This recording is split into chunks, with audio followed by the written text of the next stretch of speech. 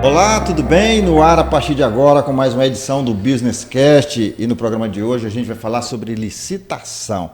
Você sabe o que é um processo licitatório? Como é que ele ocorre? Se tem lei que rege essa exigência da administração pública? O que é pregão eletrônico? Então, tudo isso a gente vai conversar com um especialista nessa área, que é o doutor Malcom Barbosa. Olá, doutor, tudo bem? Tudo bom, uma satisfação enorme estar aqui conversando com você nesse papo descontraído. Perfeito.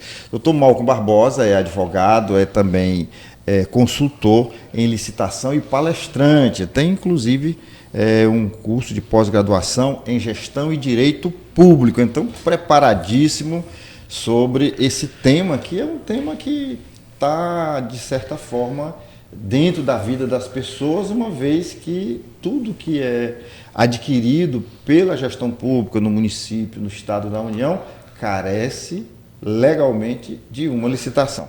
Mas o que é essa tal licitação, doutor? Rapaz, a licitação, ela está, assim, eu costumo falar muito isso nas palestras, nos cursos, mentorias. A licitação, ela está exatamente em tudo. Você sai de casa, você vê licitação, você chega no trabalho, você vê licitação. Ah, como, Malcom? Muito simples. Você sai de casa, você tem um semáforo, aquilo ali foi licitado. Né? Alguém tem a concessão de uso, né? Se você tomar um ônibus... Se você tomar um ônibus, você... Quando tem, né? Quando tem. Piadas à parte. Ali é uma licitação. O chão que você pisa, o asfalto é uma licitação. Você olha para cima, tem a iluminação lá no poste, a iluminação é licitação. Você olha para o poste, é uma licitação. Então, é tudo, exatamente tudo que você... A partir do momento que você acorda, ligou a luz, o interruptor da sua casa. Aquela energia que chega até a sua casa, ela foi precedida, sim, de algum procedimento licitatório para que aquela concessionária tenha o direito, né, de explorar aquela atividade. Então, o ser humano no Brasil, e na verdade em todos os lugares do mundo, ele não vive, exatamente tudo, depende dos procedimentos licitatórios. É resultado de uma licitação. E licitação, na verdade, eu poderia falar o conceito, né, exatamente como está na lei, doutrinária, jurisprudencial, mas licitação basicamente é comprar e vender para o governo. É isso. O governo, quando se fala em governo, nas três esferas. As três esferas. E até autarquias, fundações, enfim, tudo que envolva parcialmente ou na sua totalidade, dinheiro e recurso público tem de ser precedido por licitação. Está lá na nossa Constituição Federal. Me diga uma coisa, eu lembrei isso agora. O governo está querendo comprar um avião aí, presidencial, caríssimo, 400 milhões de reais. Isso o Aerolula entra por um processo licitatório. Processo licitatório. O que vai acontecer? Eles vão especificar tudo que eles precisam nesse avião. Com certeza um avião para transportar um líder, né, um líder de uma nação, um líder de um estado, ele precisa atender algumas especificações, tanto de segurança, como especificações de tamanho, conforto, enfim, vários requisitos. Né? Eu creio, inclusive, que deve ser da Embraer, porque é uma empresa brasileira, né? É uma empresa, salvo engano, ela tem participação do Estado nessa empresa. Sim, também. Então, creio que deve ser até mesmo uma cooperação ou algo do tipo. Mas a gente está falando de um avião caríssimo, estimado aí em 400 milhões, mas desde o papel higiênico da creche até a merenda escolar, tudo passa por licitação. Sabe aquele café quando você vai no hospital que você toma? Ali é uma licitação. Sabe aquele copinho d'água que você copinho descartável. O copinho descartável e a água que você bebe quando você vai em um hospital, ali é uma licitação. Quando você vai lá na SDU reclamar de algo, reclamar de alguma rua que você é atendido, você usa uma caneta, ali é uma licitação, uma caneta, a gente está falando de uma caneta.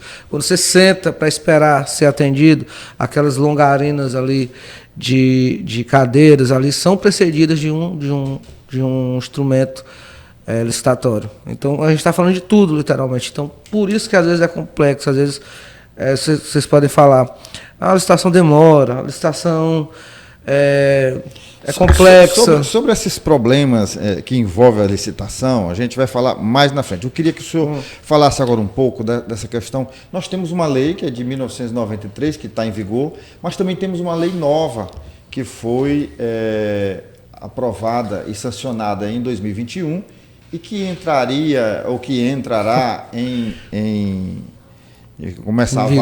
vigor e vai começar a valer efetivamente a partir de 1º de janeiro, é isso?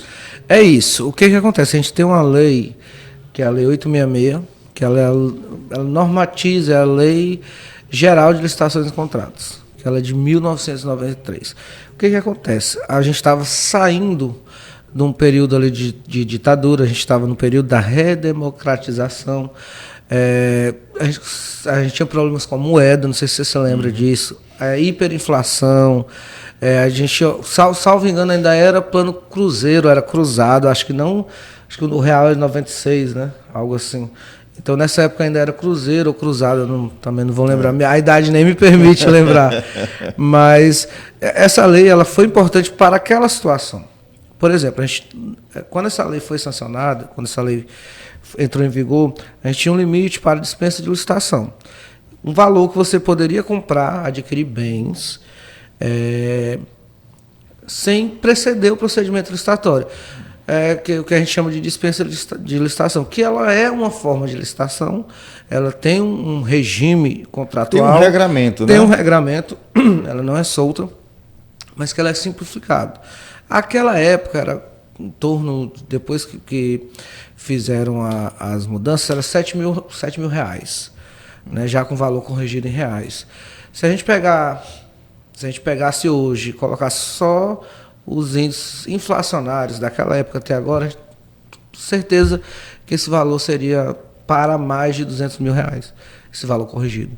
E a dispensa hoje, pela nova lei, ela gira ali em torno de 50 e 100 mil reais, dependendo do que for. Então, a lei, a 866, que ela visa normatizar todos os regramentos licitatórios, ela foi muito importante naquela época. Só que a gente tem internet hoje em dia, ela não prevê internet. A gente tem uma celeridade monumental. Não previa o pregão eletrônico? Não previa. Até por dimensões... o Brasil tem dimensões continentais. E hoje você facilmente consegue participar de uma licitação no Amazonas. Você consegue participar de uma licitação no Rio Grande do Sul, no Pará, Tocantins, tendo sua empresa sediada no Piauí, por exemplo. Então, a nova lei de licitações, que a gente, via de regra, ela está em vigor. Ela já pode ser usada. Só que pouca gente usa ainda. O que vai acontecer agora no dia 23, na verdade? O data limite é essa. Não é 1º de janeiro, não. Não, 23 em tese, a medida provisória que permitia a prorrogação das outras leis vai perder a validade. Só que a gente não sabe ainda o que vai acontecer. Se vão editar uma nova MP, se vão... enfim, por decreto nem pode. Enfim, se vai se prorrogar para se juntar. A teoria aí que se especula muito é que vai se juntar os mandatos. Então, o que ele vai dizer? Rapaz, a gente vai ter eleição ano que vem, isso é um ano muito conturbado. O que a gente vai fazer? Você que vai começar o mandato, aí sim, você já vai começar com a nova lei. Vamos deixar terminar. Mas isso é teoria. Esse tipo de especulação. Especulação a gente escuta todo dia. Quem trabalha nessa área escuta exatamente todo dia. Não vai ser prorrogado, Malco. Vai ser prorrogado. Então, se você me perguntar, eu vou dizer o seguinte: prepare-se.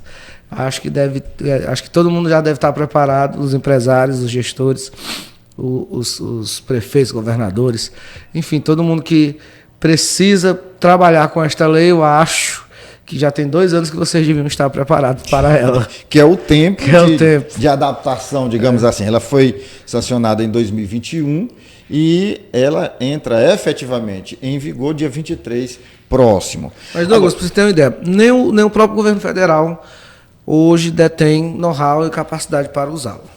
Por quê? Porque, assim, se você parar para pensar... Trouxe muitas mudanças. Eu não queria entrar ainda nessa seara, mas temos que invariável, né? Trouxe muitas mudanças. O que mudou em relação à lei atual? A grande questão, além de ser tudo eletrônico, né, tudo vai ser eletrônico, tudo. O presencial vai ser uma exceção e tem que ser muito bem fundamentado. Porque é muito difícil você conseguir dizer que uma licitação presencial vai ser melhor e vai ser mais eficaz para a administração pública do que uma eletrônica. É muito difícil você conseguir justificar isso. O bom do eletrônico é que é a impessoalidade, né? Ninguém conhece, ninguém sabe quem está participando todo mundo, e vence o que ofereceu o melhor preço, né? Na verdade, assim, é outro detalhe sobre a licitação, que as pessoas dizem, quem tem o menor preço. Nem sempre. Eu falei o melhor. Na verdade, o que acontece é a melhor proposta. Melhor proposta. E às vezes a gente sabe que nem sempre a melhor proposta coincide com o menor preço, né? Às vezes coincide, mas muitas vezes não, porque às vezes você tem, por exemplo, você vai comprar merenda escolar. Você for em qualquer supermercado, você vai ver que tem, por exemplo, compostos lácteos. Que ele é um soro de leite que chama. Não é o leite mesmo, né? E se você não tiver atento no processo licitatório, o licitante coloca lá, ele diz, minha marca é essa, tal. É mais barato. Ela vai estar muito mais barata. Vai atender a necessidade da criança? Não vai. Então, há alguns cuidados, né? Alguns cuidados que se precisam ter quando se fala em preço. Mas voltando, o que acontece? Vai trazer... O grande problema da nova lei é porque a gente passou mais de 20 anos em um modelo em que as pessoas se acostumaram a trabalhar daquela forma. O que a nova lei exige? A nova lei exige um alto grau de capacitação, porque ela literalmente separa aqueles profissionais que não são bons, ela vai fazer essa distinção. Então ela vai nortear para cima, né, por cima. Agora, doutor, o senhor tem experiência... E as fases preparatórias, elas vão ser muito complexas. Antes de chegar ali para a gente lançar o aviso e dizer, a gente vai licitar a compra do avião do Lula. Antes daquilo, tem toda uma etapa de programação que precisa ser feita antes. E é justamente isso que está pegando, que você vai ter que fazer um plano anual de contratação, você vai ter que fazer uma matriz de risco, você vai ter que mensurar, enfim, essa complexidade ela está deixando aí alguns gestores com as duas mãos na cabeça. Eu acho que a grande questão é essa. Então, pouquíssima gente, a verdade é essa. Piauí, eu falo seguramente que pelo menos 70% dos municípios não estão preparados ainda para a aplicação da nova lei, seguramente. Pois é, e cabe de quem é essa competência de capacitar, porque a gente sabe que muitos municípios pelo Piauí afora, pelo Brasil afora, municípios pequenos, onde quem faz esse processo é alguém ali que foi ajeitado pelo prefeito ou por uma liderança, que não tem conhecimento técnico suficiente. Quem é que vai treinar esse povo, capacitar esse povo? A gente tem outro grande problema, que a capacitação ela é prevista na nova lei, né? Ela prevê e, inclusive, basicamente manda que o gestor capacite sua equipe. Agora a gente vai esbarrar em alguns fatores. O primeiro, econômico. O primeiro fator econômico. O custo é caro. Segundo, e pessoal suficiente para... O pessoal suficiente, né, para adentrar, porque a gente tem uma segregação de funções enorme dentro da nova lei. Então, cada um no seu quadradinho. Esquece aquele negócio o mesmo cara fazer tudo dentro do processo, esquece. A nova lei não deixa. Então, cada um no seu quadrado, fazendo a sua função. Isso vai exigir capacitação. Outra coisa, do jeito que está hoje, a lei exige funcionários efetivos, ou seja, concursados. A gente vai esbarrar em outro problema. E mais um problema. A maioria é indicação. A maioria, não sei, assim, tem muito terceirizado. A galera que entra ali, que tem alguma expertise, geralmente está nesse nicho dos terceirizados. Né? Tá ali, estou falando dos municípios menores e tal. Então você vai ter assim, quem é que vai querer, e a lei ela penaliza muito o gestor, né? Quem comete os atos dentro do processo. Então, quem é que vai querer, em sã consciência, sem ter uma preparação, ganhando pouco, assumir um risco desse? Então a gente vai ter outros problemas. A capacitação, as escolas de governo tem essa competência de dar essa capacitação, só que tem outro detalhe, Douglas. Não é que você vai fazer um curso de 3 dias, 4, e você vai se tornar especialista. É uma formação mesmo. É uma formação mesmo. Eu tenho brinco muito, falo muito disso lá no escritório. Eu tenho 12 anos nisso, trabalhando, vivenciando isso todos os dias. E todo santo dia eu enfrento alguma situação que eu não conhecia antes. Então, por mais que eu tenha todo o conhecimento, toda a experiência, toda a expertise, eu vou enfrentar situações que eu nunca tinha visto. Chega, sei como é que faz isso, aí eu ficar, boa pergunta. Como é que faz? E aí respondendo com outra pergunta. Exatamente, pois é. Então a gente tem que entender. Então, a gente vai esbarrar muito nesses problemas. Então a gente está falando aqui de que a licitação está presente na vida das pessoas, em praticamente tudo que a gente faz, em tudo que a gente usa. Que é obrigatório, que é uma exigência legal, constitucional, e a gente sabe que tem uma lei específica. Então, são pontos que a gente já vem esclarecendo aqui para os nossos internautas. Agora, você falou agora há pouco, doutor, que essa nova legislação, a nova lei, que entraria em vigor mesmo a partir de 23 deste mês, ela traz alguns diferenciais, e o principal deles seria essa, digamos assim, essa licitação eminentemente eletrônica, embora, como foi dito, existe uma alternativa aí, uma exceção da regra, que seria o diálogo competitivo. Então, eu queria que o senhor explicasse para a gente os tipos de licitações que vão entrar em vigor, que o Brasil vai passar a ter, e explicasse cada um deles. Vamos começar pelo pregão eletrônico. Pregão eletrônico é a modalidade mais usada. Ela serve para você adquirir bens e serviços comuns. Tudo que for trivialidade do dia a dia. Por exemplo? Você quer adquirir uma mesa. Você quer adquirir papel, café, merenda escolar, medicamentos. Você lança coisas comuns. Você lança um edital de pregão eletrônico. De pregão eletrônico. Por exemplo, você quer construir um estádio. Estou dando um exemplo assim. Você quer construir um estádio. O estádio exige uma grande complexidade ou não? Exige. Então você já não é um serviço comum. Não é um serviço de engenharia comum. É um serviço que exige uma elevada técnica. Então você já não pode fazer pelo pregão eletrônico. Aí seria qual? Concorrência eletrônica. Ela é pública, porém eletrônica. Concorrência pública na sua forma eletrônica.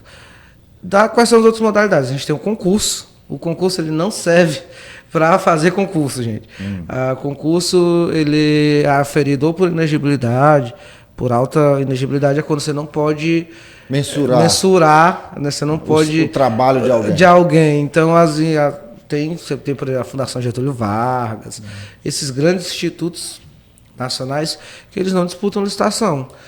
Quando você vai fazer um concurso da Polícia Militar, alguma coisa assim, há uma seleção e eles não disputam licitação porque você não consegue mensurar, né? Você não consegue aferir preço e qualidade entre concorrentes. Então, existe esse tipo. Então, concurso é quando você quer premiar, é um trabalho intelectual, mas que exige uma premiação. É uma modalidade esse concurso. Aí você tem o leilão, que o leilão, sim, serve exatamente para o que a gente está dizendo, que é para vender bens públicos. Bens públicos. E nós temos o diálogo competitivo. Que é uma novidade, né? Douglas, a pergunta que você fez ali fora para mim, eu acho muito interessante, que até quem não conhece licitação, quem não vive de licitação, é a pergunta que eu mais respondo, é incrível. Malco, e esse diálogo competitivo, o que é, como é que funciona? Primeiro, é uma inovação da lei? É uma inovação da lei. Segundo, não foi feito ainda, eu digo logo, não foi feito. Não estão executando ainda essa Não estão executando, vou dizer por quê. O diálogo competitivo ele existe para obras, eu não vou dizer nem obras, mas para aquisições ou obras de elevada complexidade. Exemplo, você quer construir, vou dar um exemplo aqui, mas que talvez nem se aplique, mas para que a galera entenda. Você quer construir uma usina de produção de energia que aproveite o teu lixão. Então, Malco, eu tenho um lixão aqui no município X, no município Ponta Verde, não sei nem se existe. E eu quero que, assim, eu gero muito lixo e eu vi uma reportagem lá da China, que a China aproveita isso aqui e faz energia elétrica. Eu quero. Aí a gente não vai ter o know-how dentro do município, dentro do estado, para entender como é que aquilo funciona e nem qual é a melhor solução. Então, como é que eu vou licitar algo que eu não sei exatamente o que eu quero. Eu não sei exatamente o que vai me atender. Eu só sei que eu quero a energia. Mas aí pode ser que eu aproveite... Aí eu estou falando porque eu já vi alguns casos assim. Pode ser que eu aproveite os gases daquilo ali para... Enfim, do lixo. Pode ser que eu queime aquele lixo e com a queima desse material eu gere energia. Pode ser que eu... Fora isso, eu ainda recicle. Sim, há inúmeras possibilidades. Posso, sei lá, construir painéis solares aqui, enfim, para movimentar, enfim, é algo que eu realmente estou conjecturando aqui. Claro. Porque existem inúmeras possibilidades. Se você for listar uma usina de reciclagem, você vai ver que tem inúmeras. Eu já vi inúmeros projetos. Todos esses que eu falei existem. Que aproveita o gás, um queima, outro revolve no chão, enfim. Então, eu não sei. Então, eu vou reunir todo mundo. Ei, galera, vocês que mexem com isso, quero que vocês me apresentem uma solução. A melhor solução vai ser a que eu vou adotar. E, dentre isso, eu vou licitar a solução que vocês me disseram. Mas, Mal, qual é a diferença? A grande diferença é que hoje, quem faz o projeto básico não pode participar da licitação. Era isso que eu ia te perguntar. Nesse caso, sim, a empresa vai poder participar. Ela elabora e vai poder participar. Se alguém conseguir cobrir o preço dela, que vai ser muito difícil, tudo bem. Mas se não, então, basicamente, vai ser nesses modos. Mas qual é a grande realidade? A gente não sabe direito ainda como é que vai funcionar. Quando isso aí vai ser o governo federal, alguém que vai, um órgão muito grande que vai fazer isso, eu não tenho dúvida. Eu quero construir uma avenida, uma rodovia que ligue do Iapoque ao Chuí. Com uma paradinha técnica no meio do mar. Eu quero alguma coisa desse tipo, alguma coisa assim absurda. Você vai ter que reunir o pessoal. Por quê? Porque você vai ter situações... Eu estava em Campo Grande, no Mato Grosso do Sul. Eles estavam arrancando aqueles aerotrilhos, sei lá, enfim, que era para que não é trem nem metrô, esqueci o nome agora. O BRT. BRT. Eles estavam arrancando. Eles não previram direito aquilo ali, não souberam mensurar qual era a real necessidade deles e se tornou inútil para eles. Implantaram uma rede de rede que é inútil. Que não atendia a necessidade. Eu vou dar um exemplo aqui, assim, longe de fazer crítica, longe, não acho. Não, é só uma perspectiva. Você acha que esse modelo que foi adotado de transporte público, com esse modelo de tráfego e esse tipo de parada que está sendo usado, ele é o ideal para Teresina? Você acha esse sistema do Integra, né? Você acha que ele é o ideal para Teresina? Ele pode até funcionar, ele pode funcionar bem no Rio Grande do Sul, de onde ele é. Você acha que ele funciona bem aqui? Aqui não, tá. Não funcionou. E causou outros problemas no trânsito. Aqui, quem efetivamente causou outros problemas. Você tem engarrafamentos em setores X, você tem problemas de que o tempo do trânsito do passageiro ele é pouco, ele acaba gastando mais porque ele não consegue usar o mesmo cartão. Ele não consegue, né, a frota diminuiu, aumentou o número de passageiros, diminuiu a frota, enfim. É um modelo que querendo ou não estou fazendo juízo de valor. Ele não funcionou bem aqui. Ele pode funcionar bem de onde ele veio, que eu acho que é um modelo que é adotado no Rio Grande do Sul. Isso até na Europa e no Rio Grande do Sul se utiliza muito. Você vai ter em outras capitais também. Você vai ter uma parada de ônibus que nem todo. Com certeza você já viu algum meme na internet sobre algum modelo novo de parada de ônibus. Que a pessoa fica literalmente no sol. Que pode funcionar em vários lugares do mundo, não vai funcionar aqui. Então eu acho que as pessoas têm que se atentar ao que efetivamente funciona dentro da sua realidade. Claro. Doutor, vamos falar de um assunto que é bem interessante. Aqui no Nordeste, o nordestino gosta muito de forró, gosta muito de festa, mas quem gosta mais de forró e de festa mesmo são os prefeitos, né? Eu sabia que você ia me perguntar isso. É outra pergunta que eu sempre respondo. Muda muito na nova lei. Que tipo de modalidade vai ser aplicada aí para a contratação de uma banda de forró, por exemplo? Eu vou explicar do jeito que eu explicaria para qualquer pessoa. Pra gente ter. É porque é muito fácil a gente jogar para a galera. É muito fácil. E eu não vou dizer se o gestor deve ou não fazer. Eu posso dizer se ele pode ou não. É diferente. Certo. Eu quero contratar uma banda para tocar no Ano Novo. Certo? Sim. Como é que eu vou licitar isso? Como é que eu vou dizer? Eu vou fazer lá, ó, gente, eu vou contratar aqui uma banda de forró, os interessados aqui me deem propostas. Como é que eu vou mensurar, por exemplo, uma banda que nem o Avião de Forró com uma que tem um mês de estrada? Como é que eu vou mensurar? Eu quero contratar um sertanejo, o Gustavo Lima com o Luan Santana. Qual o melhor? Vai depender. Ah, como é que eu vou contratar? Eu vou fazer aqui uma disputa entre o Wesley Safadão e Xande Avião. Você não consegue mensurar, não há como ter uma competitividade, você não consegue aferir competição, não há como competir. Vai continuar do jeito que é hoje, vai ser contratado por inegibilidade, porque eu não tenho como aferir, eu não tenho como colocar eles para competir. Então, não tenho. Continua como era antes? Vai continuar por inegibilidade. O que vai acontecer muito? Por exemplo, o que acontece é que alguns processos eles padecem de algumas regulamentações. Por exemplo, o que o TCU diz? Ele diz o seguinte: meu amigo, você quer contratar o Gustavo Lima, né? Tá bom. Você vai fazer o seguinte: embora eu não possa aferir competição, eu quero saber se o preço dele, que ele vai tocar para você, é o que ele usualmente costuma cobrar, ou se ele está cobrando mais caro para você. Então, o que você vai pedir? Ei, Gustavo, me apresenta bem aqui, cara.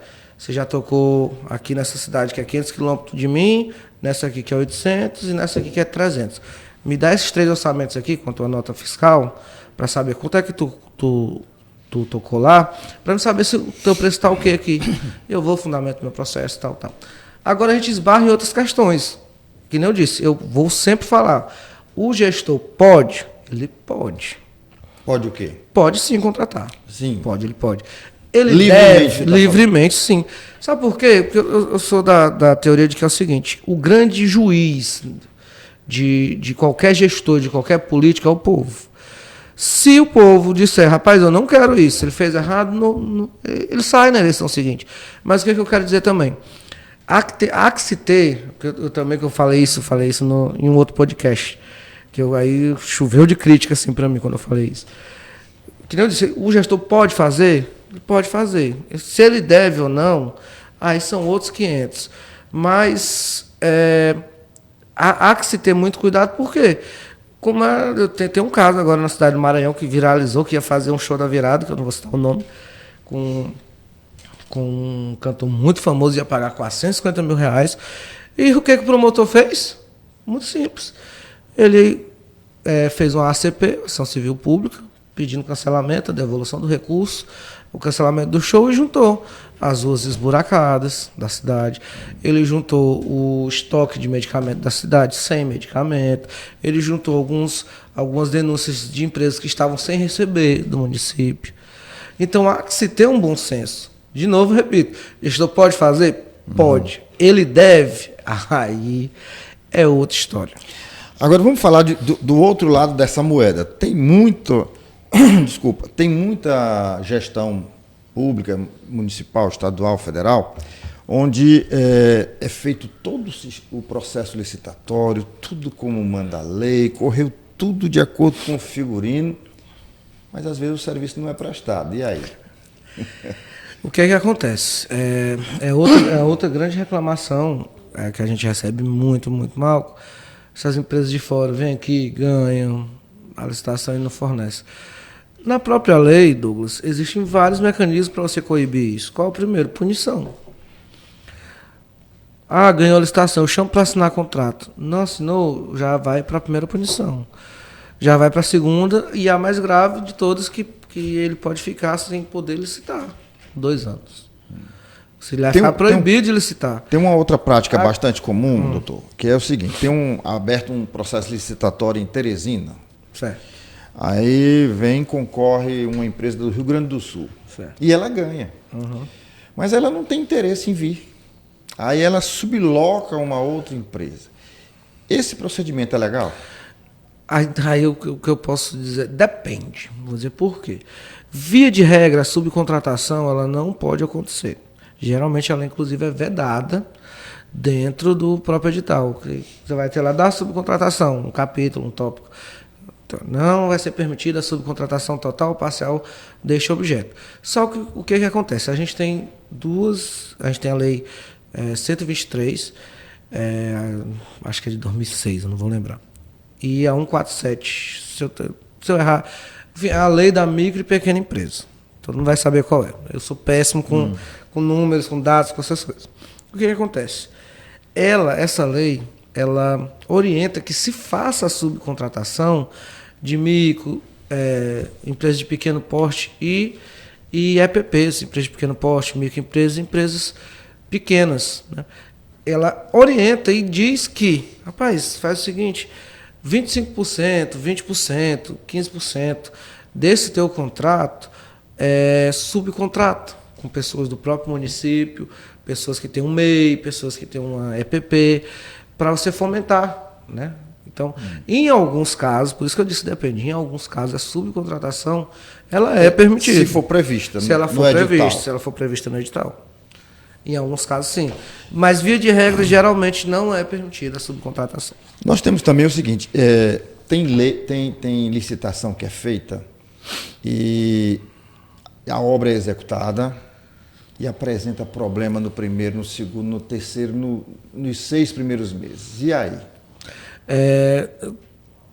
De novo, exige muita... Tem que ser previsto alguma coisa? Tem que ser previsto. Na não verdade, existe uma legislação... Não, existe a legislação que diz que a empresa é a responsável, salvo engano, por 5 anos pela obra. Mas o que acontece? Existem alguns mecanismos que você coíbe isso. Mal, qual é? Por exemplo, você tem o seguro proposta, você tem o seguro da obra, que vai cobrir, você pode pedir isso dentro do edital, que vai cobrir justamente essas possíveis eventualidades. Mas, via de regra, sim, existem legislações próprias que versam sobre isso, que protegem sempre... usualmente, o direito ele vai sempre proteger a administração pública, usualmente, sim. Bom, a gente partindo do princípio da inocência, a gente é levado a acreditar que ninguém vai fazer um processo licitatório fraudulento. Né? Sim. Mas termina se cometendo alguns erros, mesmo quando há boa-fé, quando se está bem intencionado. Quais são os principais erros num processo licitatório? Olha, assim, lá no escritório a gente trabalha muito com essa parte também empresarial. O que a gente vê muito? Falta de transparência, né? Às vezes algumas cláusulas restritivas dentro do edital que impedem que algumas empresas participem. Falta de transparência mesmo, às vezes não por má fé ou má vontade, às vezes experiência, ou às vezes passa batida, às vezes você não consegue acesso a um edital, às vezes um edital... por exemplo, você vai lançar uma licitação que ela tem 1000 itens, que é super comum, uma licitação relativamente até simples, uma licitação com 1000 itens, não é coisa de outro mundo, não. Então, algumas pessoas, elas escaneiam o edital, para o licitante ter que digitar item a item na sua proposta, em vez de ser só copiar. TCU já reiterou isso, TCE. Isso não pode. Uma conduta vedada. Porque assim, você dificulta, porque ao ponto de que a empresa tenha que digitar os 1000 itens dentro da sua proposta, você dificulta, né? Principalmente se for só uma pessoa para fazer isso. Então, falo muito desse caso específico. Por quê? Porque o Ministério Público já orientou, o TCU já orientou, o CGU já orientou, os TCEs vêm orientando que todos os documentos que versem sobre aferição de proposta dentro de um procedimento licitatório, eles têm que ser editáveis, para eu conseguir só copiar, para eu conseguir pesquisar.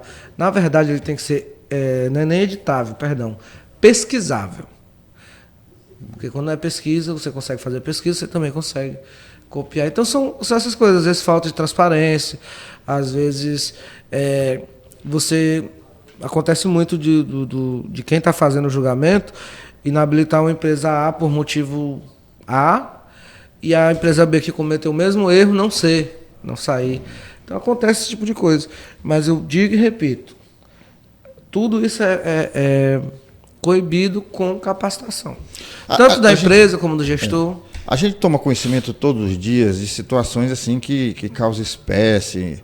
Por exemplo, uma empresa foi contratada agora pelo governo federal num contrato de 144 milhões de reais, e a empresa só tem 2 funcionários e 6 meses de criada. Isso... Essa eu não conheço. Olha que eu já vi muitos casos de... Isso é previsto, e uma empresa pode, sem ter assim, uma expertise comprovada... O que eu vou falar? Via de regra, um contrato desse ele é grande, eu não sei qual é o objeto desse contrato, mas com certeza deve ser algum fornecimento, ou um fornecimento grande ou alguma coisa que exija técnica para esse valor, né? É governo federal, não é que você disse? Vamos fazer o seguinte, vamos apenas especular em cima desse fato, né? Um fato fictício. 2 meses, assim. Não, 6 meses de criada e tem 2 funcionários e é contratada um contrato milionário, acima de 100 milhões de reais. Você tem que verificar porque, primeiro, toda empresa que ela é contratada, ela precisa ter a aptidão técnica. Ou seja, e lá não é questão assim, de eu já ter executado esse serviço, mas de eu já ter executado esse serviço ou efetuado essa venda em quantidades iguais ou similares às que forem contratadas. Então, assim, no mínimo esquisito. A gente imagina que qualquer empresa vai subindo devagarzinho. Aí você abre uma empresa hoje, aí você ganha um pequeno contrato, depois você ganha um médio contrato. E, lógico, a empresa tem todo o direito de querer crescer e não tem limite, sim, mas demanda um certo tempo. E, assim, num prazo de 6 meses, você nem consegue uma atestação de um fornecimento ou de uma prestação de serviço num montante desse. Muito complicado. Hipoteticamente, eu diria que a chance desse processo ser auditado e auscultado pelos órgãos de controle é muito grande. Acho que é grande. Qual foi, assim, a situação que lhe chamou mais a atenção em termos de licitação? Eu já vi tanta coisa, doutor. Eu já vi licitante subir em cima de mesa, gritar em tempo de pregão presencial, nos áureos tempos de pregão presencial. Já vi uma situação que aconteceu que foi muito engraçada, que caiu uma árvore numa BR dessa aqui, isso foi no Piauí. Caiu uma árvore, parece coisa assim, mandada. E um licitante tinha dormido já na cidade para participar da licitação no outro dia, e vários outros iam no dia seguinte. No dia seguinte. E não conseguiram chegar. Não conseguiram chegar. Quando chegaram, o processo já tinha acabado. Uma árvore que caiu. Esse que dormiu lá ganhou pro WO. Ganhou pro WO. São coisas assim que você olha e diz, rapaz, não pode. Quem olha de fora diz, não é possível. Às vezes nem uma chuva, às vezes é uma chuva. Mas acontece muita coisa engraçada, né? Não, tem algumas situações que a ética não permite. Agora vamos ali aquela pergunta-chave. Quem está nos assistindo nesse momento, que tem interesse em fazer uma licitação, qual é o conselho que o senhor daria para a pessoa fazer uma licitação e não ter problema? Primeiro, ela precisa saber o que está fazendo. A licitação não é campo para amadores. Isso eu vi disso de um amigo meu, um bom amigo, na verdade, e que ele teve alguns problemas, enfim. A licitação não é um ramo para amadores. Você precisa saber o que está fazendo. Por quê? Porque tudo gera uma consequência. Se você é empresário, você não fornecer direito, você é punido, você pode responder. Se você é gestor e fez aquele processo licitatório, se ele não estiver correto, você também pode responder. Fazendo direito, pode ser até que ainda dê problema. Então, o principal conselho é: não faça, não se meta a fazer algo improvisado, né? Improvisado. Não é campo para amadores, não é campo para o imediatismo. O que o senhor está falando faz tanto sentido que a gente vê algumas obras que às vezes a gente não consegue entender por que essa obra começou e parou. Que aí vem a questão da judicialização. Quem perde tem o jus esperneando, o direito de espernear, e isso termina atrapalhando a gestão, a administração pública. O que acontece muitas vezes é que houve um processo licitatório, começou a obra, quem perdeu vai judicializar ali Aí às vezes consegue um mandado de segurança, consegue algo para paralisar aquela obra até que seja julgado um mérito daquela ação. Então, é o outro grande problema. Às vezes o gestor diz assim, meu amigo, cancela, faz outro procedimento, ou volta mesmo, porque eu só quero entregar a obra, porque a obra parada é a pior coisa que tem para o gestor. Nós tivemos aqui obras que demoraram 12 anos. O Centro de Convenções é um caso, é um clássico, né? Então a gente teve aí também agora, né, o nosso governador aí, excelentíssimo senhor Rafael, conseguiu inaugurar o porto, né? Teve inauguração. O entreposto pesqueira. Ah, tá certo. Tem muita gente falando em porto. O porto não existe, o porto não foi inaugurado. Eu acho que nem o governo, o governador afirma isso, mas a mídia está jogando aos quatro ventos que nós agora temos um porto. Eu falei porto porque lá tem o nome, Porto Piauí. Aí então, supus. Mas é um exemplo também, né? O Porto Piauí, na verdade, está muito longe, falta muita obra, falta muito recurso ser aplicado, falta muito tempo para a construção. Ontem, inclusive, nós fizemos uma reportagem sobre isso, desde a época do Império que se fala e que se deseja esse porto, e desde a época do Império que vem dinheiro para a construção desse porto. Mas, infelizmente, o que a gente tem lá, fora isso que foi feito agora, são estruturas de concreto no mar que a maresia já corroeu o concreto armado todo, não tem serventia de nada. A gente espera que o governador Rafael Fonteles realmente, como ele fez aí, prometeu no início do ano, que entregaria ontem, dia 13, né, essa obra do entreposto pesqueiro, que ele realmente consiga construir esse porto. Mas está longe, viu? Muito longe do porto. E o Piauí vai continuar... Eu estava tão animado.